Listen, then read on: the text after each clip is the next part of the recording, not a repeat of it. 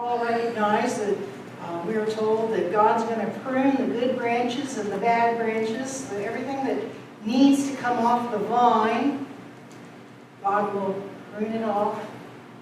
But God also prunes when there's fruit, so that it'll bear more fruit. But some problems start with roots. That's where some of the problems starts. And I think we all know if you go out and you pull the weed up and you don't get the root, what happens? Boy, everybody answered that question. so I think we all know if you don't get the root, it's coming back. So today we're going to talk about anger.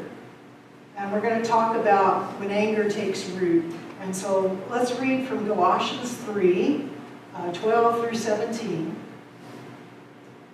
Therefore, as God's chosen ones, holy and beloved, clothe yourself with compassion, kindness, humility, meekness, and patience. Bear with one another, and if anyone has a complaint against another, forgive each other. Just as the Lord has forgiven you, so you also must forgive. Above all, clothe yourselves with love, which binds everything together in perfect harmony. And let the peace of Christ rule in your hearts, to which indeed you were called in one body. And be thankful. Let the word of Christ dwell in you richly. Teach and admonish one another in all wisdom. And with gratitude in your hearts, sing psalms, hymns, and spiritual songs to God. And whatever you do, in word or deed, do everything in the name of the Lord Jesus, giving thanks to God the Father through him. So what I'd like to do first is actually talk about what is anger. There's a slide here. What triggers anger? And I boiled it down into tinker terminology. Because when I started doing my research and whipped out the encyclopedias, we were going to be here a while. So I boiled it down to this. Anger is triggered by a stressor, okay? Some event, some thought, some thing, and then our interpretation of that stressor. So that, and by the way, that interpretation part of it happens like that, right?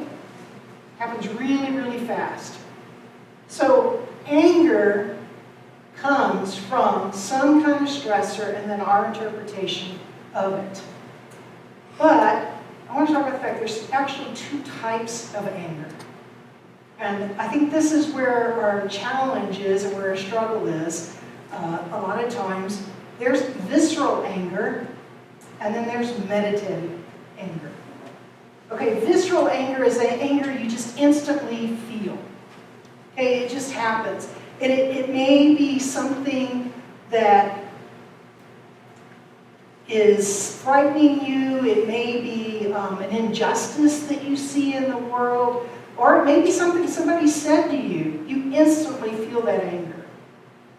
Now, I'm not going to tell you you can't do anything about that type of anger, but that's a longer process. That's a longer change. That's a lot of rewiring that has to happen in our minds before that visceral anger goes away. So that's not the kind of anger I'm going to talk about today. What I'm talking about is the meditative anger. And let's see if this scenario fits anyone in here. It's my story. Let's say you have said, I'm going to pick on Janet. Janet and I are going to meet at 10 o'clock, okay? And then 10 o'clock, I come over early. You know, Janet's going to meet me here at the church at 10 o'clock, and I come over at 15 till, okay? Because this meeting's so important to me. And then Janet doesn't show up at 10. And then she doesn't show up at 10:10. And then she doesn't show up at 10:15. 10:30. Do you think my brain's starting to kind of come up with some thoughts? Angry. Yeah, I'm starting to get angry. Why am I angry? Exactly, Nancy. I put effort into it, and Janet hasn't. Right? Janet can't even be here on time. Now, of course, how Janet comes through those doors and reacts and what she says to me is going to make a big difference then on how I continue to react, right? If she comes in and says, oh my God, my car broke down, and I was trying to call you, but my phone's dead, and then I'm going to feel sorry for her, right? But what if she comes in and says, oh yeah, on the way here, I stopped at Taco Bell and had some tacos, and I had to finish them all because I knew if I got here with them, you would want some. Do you think I'm going to be even angrier? Why? Why am I angry? Well, there's a couple of things that are going on. My visceral reaction has turned into a meditative one. Because now I've sat here and I've been thinking about why is Janet not here? And I knew Janet is actually pretty punctual, that's why I picked on Janet. So, this is something we can work on. This is something we can shut down. This is something we can stop. I have to admit, in my younger years, I loved to think about how people had done me wrong and just continue to think about it and think about it and think about it. The next thing I knew, I was really, really angry for things they hadn't even done. Ask Joe David. You know, he'd forget one thing, and the next thing he knew, I had a list of 100 things he'd forgotten. Because I spent all this time thinking about it. Well, there's this meditative thing is actually usually kind of fed by two things. And if we go to the next slide. There we go. Meditative anger usually kind of has two roots. One of which is unmet expectations. And the other one is fear. So unmet expectations could be that, you know, I expected Janet to care about my time as much as I cared about my time. Or I expected her to remember me when she went to Taco Bell. I mean, who wouldn't think of me when you go to Taco Bell, okay? Or understanding how much Taco Bell is important to me. You know? So it's an unmet expectation, and seriously, you know, all jokes aside, we have expectations for people. Do we not think that people that go to church should behave better than people that don't go to church? Yeah, we have an expectation that church people are nice. And all the shock when you get out on Monday and find out maybe they're not always nice. You know? We have an expectation that people will remember the things that are important to us. And they don't always. And that's just shocking sometimes. We also have an expectation that they understand us, that they understand how we tick and why we do what we do and all the other things that go on in our life. Now, fear is the other one. That fear. And, you know, we talk about fear, I'm not talking about just scary things. We fear things such as being forgotten. Things such as losing control. Or being embarrassed. Those are things we fear. Now, we may not always recognize it. We may not say to ourselves in a logical, sequential way, I'm angry because I'm afraid of being forgotten. That's not what happens. We're just angry. We're just angry. But if we'll stop and take a moment, a lot of times we can uncover why we're angry. To put on the things that Paul is telling us that God calls of us, we have to stop and think. And that visceral anger, by the way, we can over time, once we spend time practicing stopping and thinking, the same thing will happen with our visceral anger as well. And we'll get better and better at recognizing what's going on. But the meditative one is the one that we can really, really work on. I'm going to talk in just a second about how we can work on it, but while we're here, I just want to share for a second. Have you ever noticed someone that's had a terrible thing happen and they react with anger?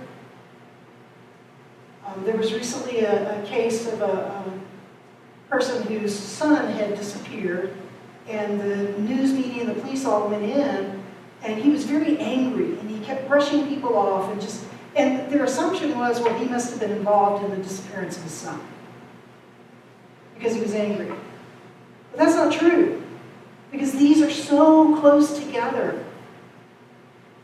These emotions are so close that sometimes when we react to a situation that scares us, the anger part comes out as well. Because we can't control the situation.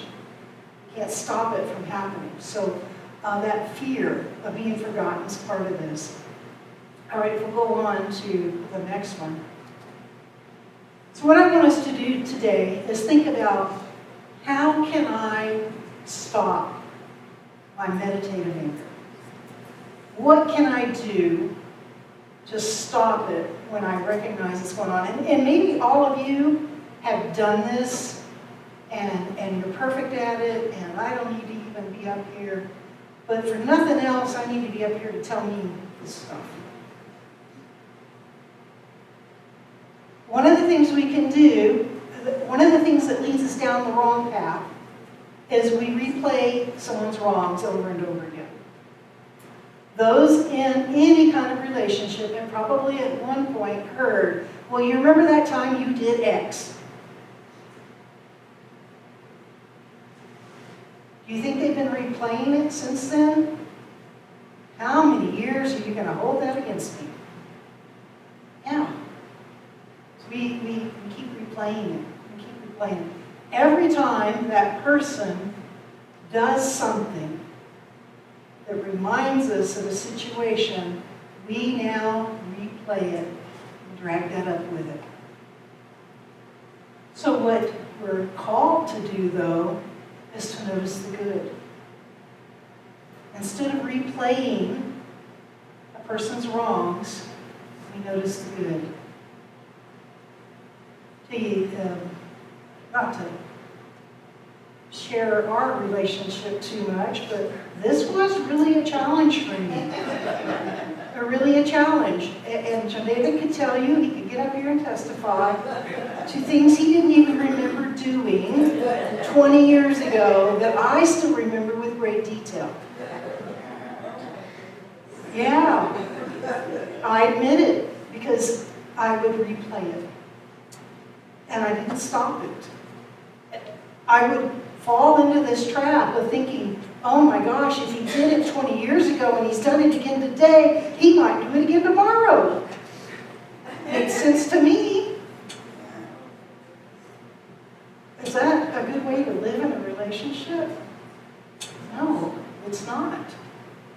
So instead, we have to notice the good in people. We have to see where there's improvement, where things are better, where the relationship is working, and where there's still good in all of the situation, instead of just focusing on the bad. The second one is keep score. That's meditative anger. Meditative anger keeps score. Again, very similar to what we've already been talking about. 20 years ago, you did X, and then 13 years ago, you did Y, and then, you keep score. And because you're keeping score, you are also replaying it in so many ways. So our solution is that we extend grace. Assumes motives. That's meditative anger. Assuming motives. Let's say I'm here. Janet's supposed to meet me at 10 o'clock. And by 10:15, I'm assuming that Janet has forgotten me.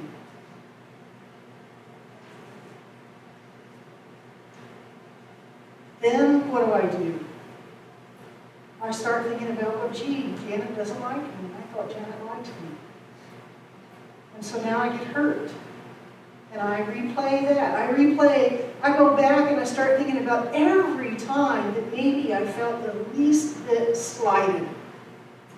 And I start adding them all up until it equals, oh my gosh, she doesn't like me. And then I become angry, hurt. We do that on so many levels. Just joking, Janet being late. But do we not do that to people? Or we sit and they don't do something we expected them to do, and we start assuming why they didn't do it. And usually those assumptions aren't always things that build us up. So our solution is we give the benefit of the doubt. That's what we have to do. My pastor from back when used to always say, err on the side of grace. And I love that term. But for people outside of the church, it may not have much meaning, but err on the side of grace. Just always give people the benefit of the doubt. Instead of sitting here and thinking, well, she just doesn't like me, and my time is not important to her, so she doesn't respect me. I could also be thinking, I hope she's okay. I hope she's okay. Meditative anger also tears down. Meditative anger, of course, when you rehearse these things and you keep keeping score and you're assuming motives, are you building that person up, making them look better, or are you tearing them down and making them look worse? You're usually tearing them down and making them look worse. In your mind, you're tearing them down and making them a mean person, a person that doesn't care about other people. You're just coming up with all these things. That's not going to help build a relationship, is it? So we want to spend time building people up. And then lastly, meditative anger isolates. So a lot of times when we have unmet expectations or we're afraid of something, I'm going to go stew in my house. Take her Taco Bell and eat it, and I'll just go stew in my house for a while. So that's not going to strengthen the community, is it? If I withdraw, what if I get to the point where the time I see her coming, I leave the room? Sorry, Jen. I know I can pick on you. So here's what we need to do. When we feel anger, stop. Stop for just a moment and ask, why am I angry? And don't turn it into because so-and-so did such. Think about your interpretation of it. Not what they did, but what is my interpretation? And folks, I have to tell you, when I first started dealing with my anger issues, there was no pause. I had to do it days later at home, and then eventually it got to the next day, and then eventually it got to after the event, before it finally got to the point where right after I felt anger, I would pause. So it's a process. It's a process that takes time. But we have to pause at some point and say, why was I angry? And then think about, what can I do now to stop my meditative anger? What can I do? What do I need to do? It's interesting, Scripture is so full of all these clothe this and clothe that, put on this, put on that. And then it also tells us not to be angry. And sometimes we don't bridge the gap between those two things because they're in two different books. And Jesus says, don't be angry. And I'm sitting there going, well, tell me how not to be angry. Well, that's a different book. You've got to go flip that book open and look at that passage. And this is one of those passages that's telling us how not to be angry. Because instead of clothing ourselves with all this stuff that leads to more anger, meditating on this stuff, instead, we have to turn it around. We have to turn it around and notice the good, extend some grace, err on the side of grace, build people up, strengthen our community. Last week, if you were here, you all took a rock, or you took 2 rocks, and you placed one of those rocks in the bucket when you left. I'm going to suggest this week, I was going to bring roots for everybody. And then I thought, well, some of us might be allergic to some roots, and who knew if I was pulling up poison ivy or not, But instead, think about your rock that you gave up. If you haven't given it up yet, what resentment are you holding on to? What unmet expectations are you holding on to? What fears are embedded in your life that are causing anger? Put them on that rock. Throw that rock in that bucket so that you can let it go. Put on and grow